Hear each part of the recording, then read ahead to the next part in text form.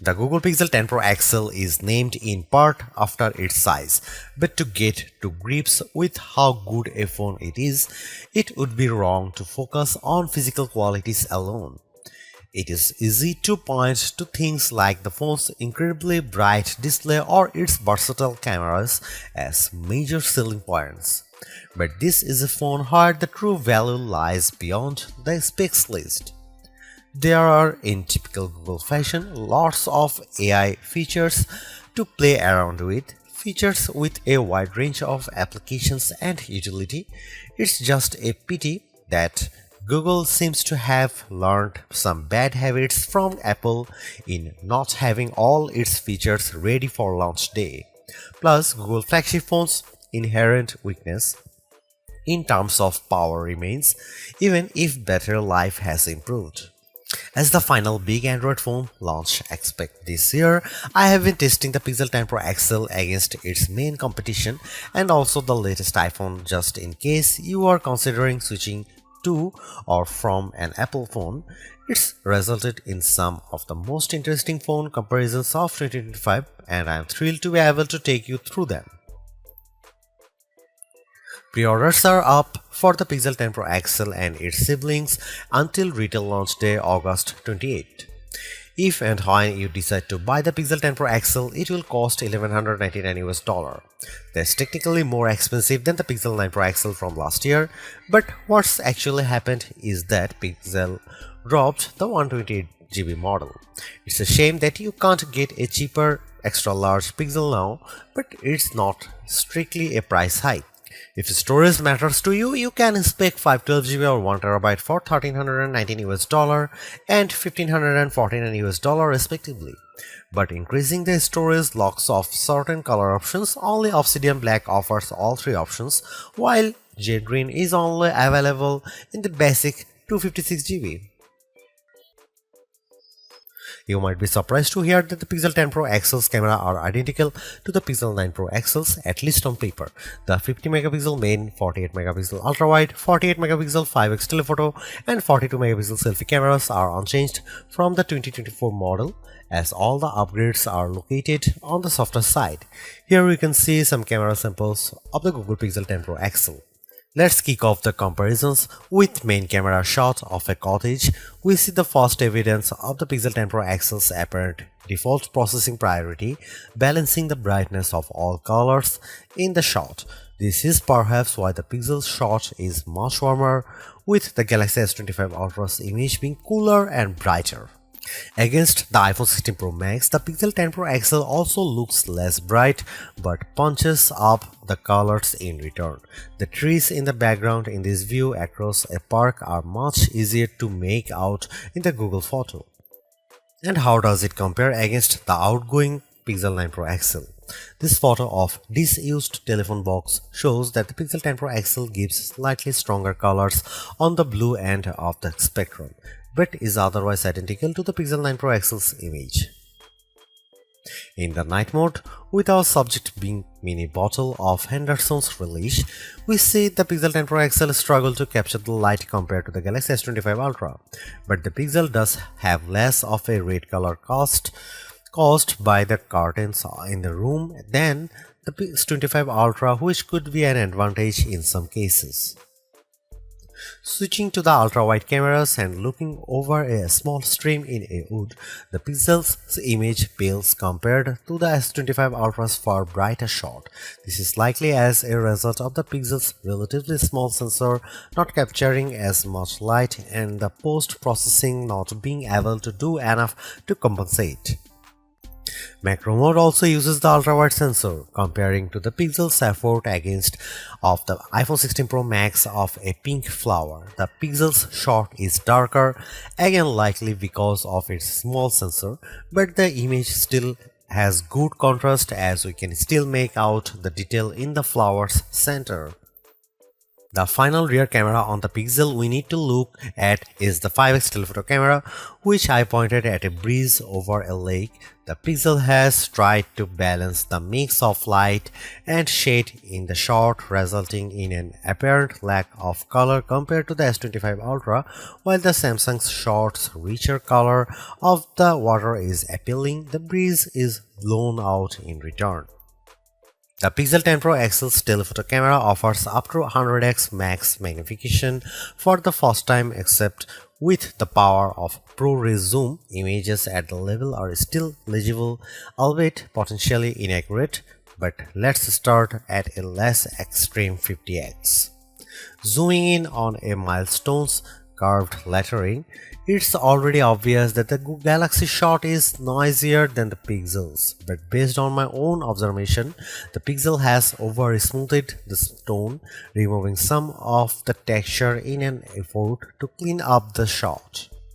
At 100x, this effect is even more noticeable. A stone that's been sitting outdoors for who knows how long is unlikely to be as smooth as the Pixel's shot would have you believe. But in terms of legibility, while both photos still show the lettering clearly, the Pixel shows them in crisper detail. When exporting the images, the Pixel 10 Pro XL conveniently gives you both your original ProRes zoom shot and the processed version, along some interesting comparisons. For instance, we have here a church window about 1000 feet away from where I was standing as I took the photo. It's an impressively sharp shot, but the Pixel's processing system seemed to have read the stone bars between the glass as wood, adding a vertical grain effect. While the detail of the brickwork has been impressively recovered, it shows a big limitation of these generative detail enhancing tools. It shows you what's likely to be there rather than what truly is there. Google enhanced some of the camera's associated features, such as making best take active automatically with enough photos and offering 50 megapixel resolution for portrait modes. But the all-new feature, and the one I spent the most time with, was Camera Coach, the new photography teaching tool that's accessible right from the viewfinder.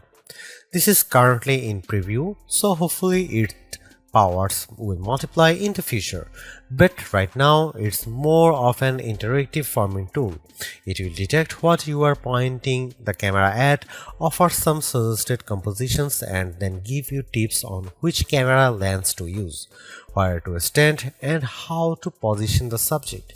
If you can, it's a fun, personalized way to learn. But there are so many more tools in the Pixel 10 Pro XL's toolbox. I hope more options or perhaps an advanced mode appear in future to help guide users to try even more, like switching between vertical and horizontal shots, setting a manual focus, or adjusting exposure.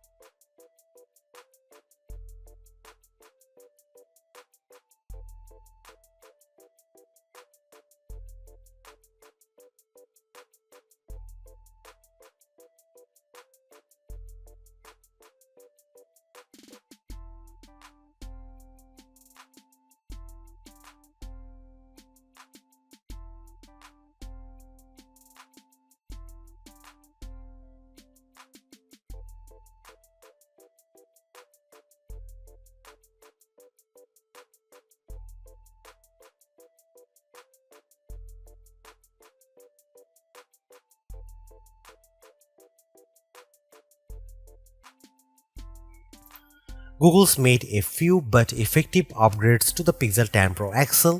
It's a masterclass in efficiency, changing and improving just enough to stay amongst the top of the pack in the most areas. The display's brightness is unmatched, and the camera's ultra-wide perhaps aside offer a balanced, natural look that I can see a lot of people liking. It's unfortunate that the Pixel 10 series is still the lowest powered of the flagship phones on sale today and lags behind its main rivals on battery efficiency. Hopefully, access to Google's latest AI tools makes up for that for anyone who decides to take the plunge, although perhaps give it a couple of months if this is your primary reason. Hopefully, by then the seemingly incomplete Magic Q and the preview version of the camera coach will have been made whole. The Galaxy S25 Ultra may still be a better pick for you if you want more power and power efficiency from your phone. The Pixel 10 Pro may also be a better fit than the XL, considering you only sacrifice display size and battery life for a cheaper phone that's otherwise just as capable as its larger sibling. But the Pixel 10 Pro XL is the most capable and competitive of Google's latest batch of phones. If you are buying a phone right now and want best-in-class software combined with top-tier hardware, this Pixel is probably the one to pick.